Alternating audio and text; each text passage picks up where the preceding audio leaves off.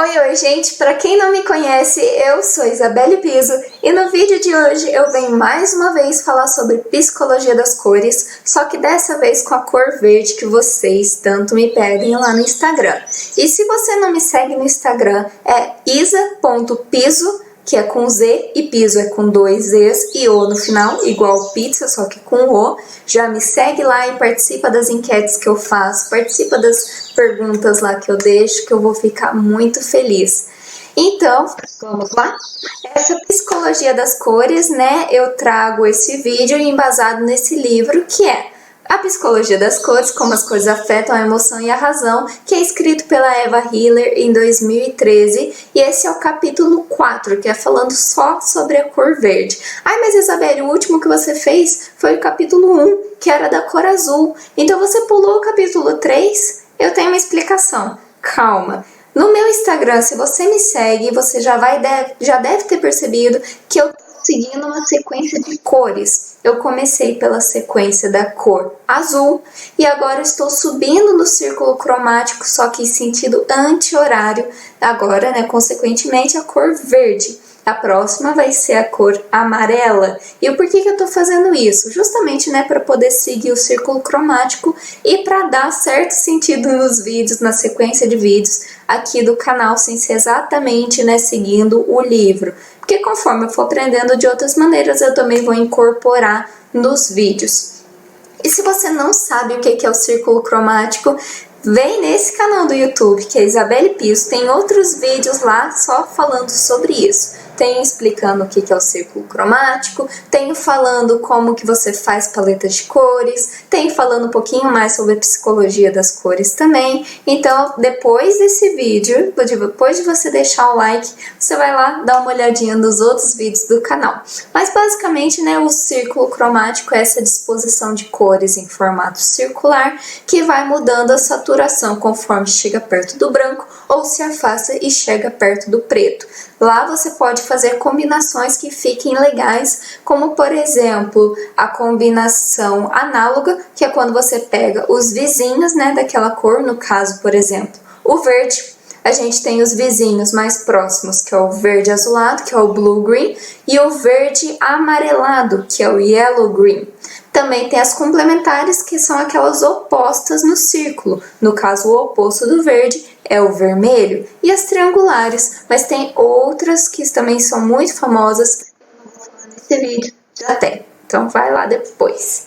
Nesse vídeo eu vou falar um pouquinho sobre as características dessa cor, que é a cor verde, e as principais simbologias que vêm com essa cor. Lembrando mais uma vez que é importante salientar. A simbologia das cores e a psicologia das cores, ela vai levar uma série de fatores em consideração, como, por exemplo, a história, fatores culturais, simbologia, até mesmo religião. E tudo isso vai agregar àquela cor uma série de efeitos psicológicos. Então, nem sempre, quando você está falando de países diferentes, essa cor vai representar a mesma coisa. A Eva Hiller, se eu não me engano, ela é alemã. Então, o que ela fala no livro é principalmente o ambiente da Europa, mas ela também pega um pouco da América e tudo mais. Então, algumas coisas vão ser um pouquinho diferentes. Nesse vídeo eu tentei deixar mais próximo da nossa cultura brasileira. Mas o verde, ele é basicamente uma cor cheia de variações e que nós conhecemos muitas variações, porque é uma cor extremamente natural. Você encontra ela com frequência na natureza e por isso grava na nossa mente mais tonalidades e mais nomes e mais simbologias. Então é uma cor que tem uma variedade muito grande. Ela é uma cor resultante de duas cores, sendo assim secundária, né, que é a união de duas cores primárias, que é o azul e o amarelo. Só que quando a gente fala da teoria das cores, a gente está falando do efeito psicológico dela. Então ela é tratada como primária porque ela tem um peso muito forte. É uma cor considerada a do meio termo, justamente por estar entre o amarelo e o azul na sua formação. O amarelo, vamos lembrar, é uma cor quente, uma cor luminosa e que dá a noção de redução. Enquanto o azul é o oposto disso, é uma cor de grande amplitude, uma cor fria que gera, né, a calma e não é tão saturada, principalmente quanto o amarelo, não é tão luminosa. Então, por ela estar no meio termo dessas duas, ela é muitas das vezes considerada uma cor do equilíbrio, a cor qual que é a mesma palavra? Quando você faz o meio termo entre duas situações. É uma cor usada muito para calma, vai depender de qual cor que vai ser associada a ela, isso eu vou falar um pouquinho mais tarde, mas ela traz grande segurança justamente por não estar em extremos. E principalmente o verde natureza, que é o que a gente mais lembra quando fala dessa cor. Tudo aquilo que é natural, tudo aquilo que lembra a natureza, a gente lembra de verde. Então, esse verde, ele é principalmente associado ao azul, ao branco e ao marrom, para poder lembrar esses elementos naturais, muito usado no marketing.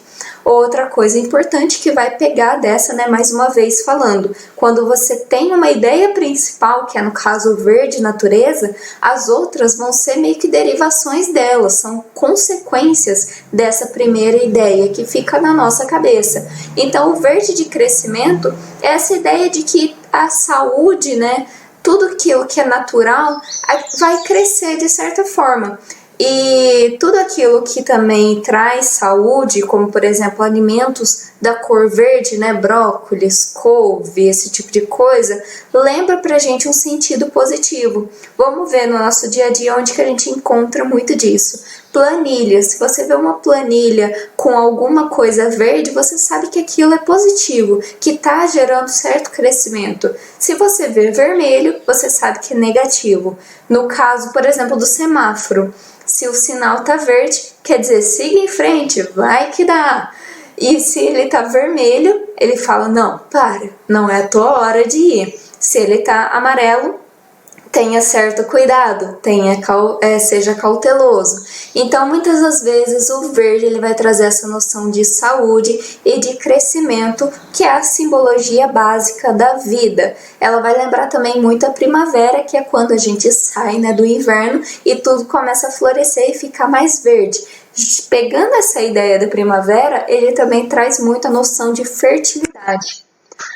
O verde ele também pode trazer a noção de sorte e de esperança. Quem não lembra dos ursinhos carinhosos, que tem esse ursinho verde com um trevinho de 4 folhas que representava a sorte? O trevo de 4 folhas, ele é um grande símbolo da sorte e da esperança, uma vez que tem nessa ideia de saúde, de crescimento e principalmente o trevo de 4 folhas por ser dificilmente encontrado por aí, mas também muito por estar associado à cor verde. Eu também vou falar um pouquinho sobre a ideia, né, da cor verde no feriado de São Patrício. Isso daí eu vou falar, na verdade, mais pra frente, em outro vídeo, porque senão esse daqui ficaria enorme, que é falando um pouquinho mais sobre os fatos que levam essas simbologias a ficarem na nossa cabeça. E aí eu vou falar um pouquinho mais sobre esse. Mas o verde, ele principalmente quando ele é associado à cor branca, ela traz essa ideia de esperança, de que vai ficar tudo bem, vai tudo crescer, tome o seu tempo. O verde também é uma cor que lembra bastante essa passagem do tempo de maneira positiva, lembrando. A não ser que ele esteja associado a algumas cores, como por exemplo cinza e preto, aí às vezes ele fica negativo.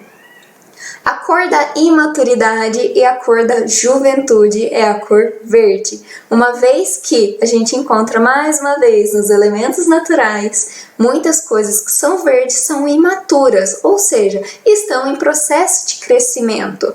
Por exemplo, a banana, se você quer comer ela quando ela tá amarelinha, ela vai estar docinha, gostosa para você comer. Mas se ela tiver verde, o que vai falar? Tá imaturo ou não está maduro. Não coma porque vai ser azedo.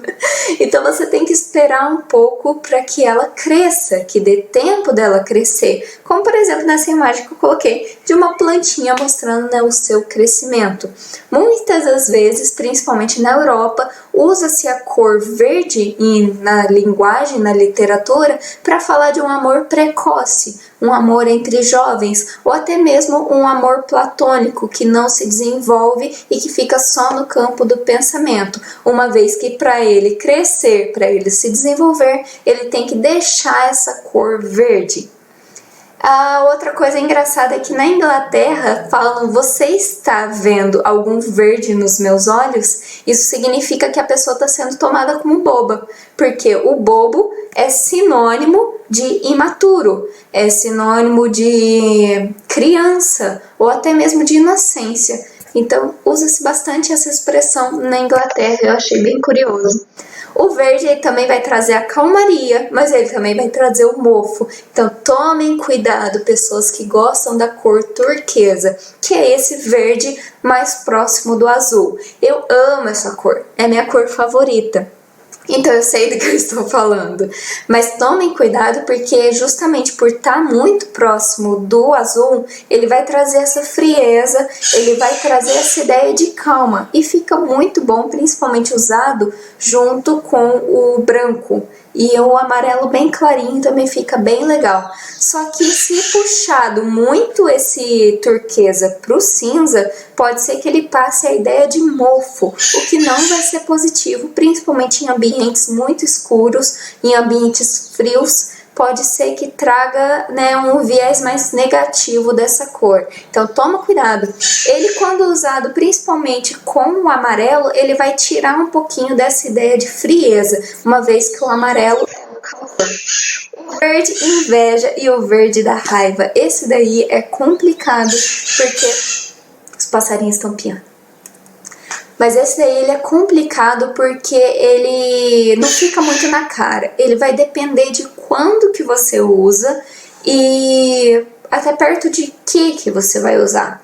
Principalmente quando você aproxima o verde do amarelo, ele vai trazer essa noção um pouco negativa da inveja, da raiva, da infelicidade. Isso principalmente na França, que tem um peso grande, mas aqui também pode ter. Quando você usa esse verde amarelado, é a noção daquele amarelo que não virou verde, aquele amarelo que não chegou a crescer, que não chegou a ficar bonito.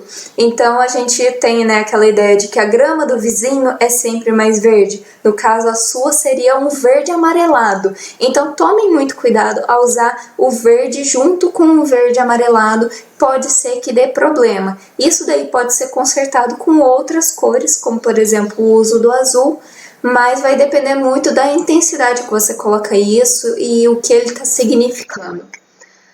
O verde da estranheza, esse daí tem muita coisa legal para falar sobre esse, que eu vou detalhar mesmo no próximo vídeo sobre a cor verde, que eu espero que saia essa semana se der tempo. Mas basicamente, ó, eu não sei se vocês estão vendo, mas eu tenho um colarzinho de extraterrestre que é verde. Por que a gente retrata essas extraterrestres como verde? Porque é aquilo que é antinatural. Nossa, mas Isabelle, o verde é a cor mais natural que tem. Justamente por isso. Mas isso não fez sentido. Calma que eu vou explicar. Tudo aquilo, principalmente na Idade Média, que a gente fala, né, do católico lá na Europa, tudo aquilo que fugia do humano e que se aproximava das coisas que encontrava na natureza, que não eram positivas, como por exemplo répteis e anfíbios, eram da cor verde, associava a coisas negativas que não eram humanas, da cor, no caso, verde. Então, muitas pinturas na Idade Média eram representadas o diabo na cor verde.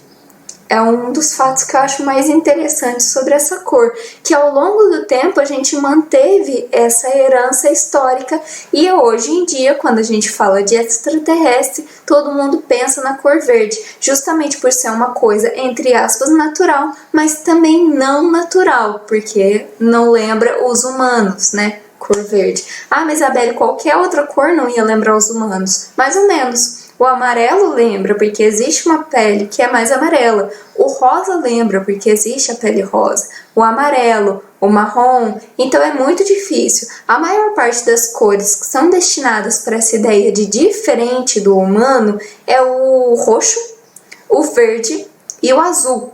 Só que essas cores, o verde vai predominar justamente porque é o que a gente encontra com mais facilidade na natureza em alguns elementos, como por exemplo cobras, rãs, sapos, que o pessoal não gosta muito, então ele pode ter esse viés um pouco diferentão, sabe? E aí viemos para o verde veneno, vamos descendo um pouquinho no grau para poder ver o lado mais negativo do verde. Ele é associado muitas vezes ao veneno, por causa também de uma sequência de fatos históricos que aconteceu que o verde era uma cor venenosa.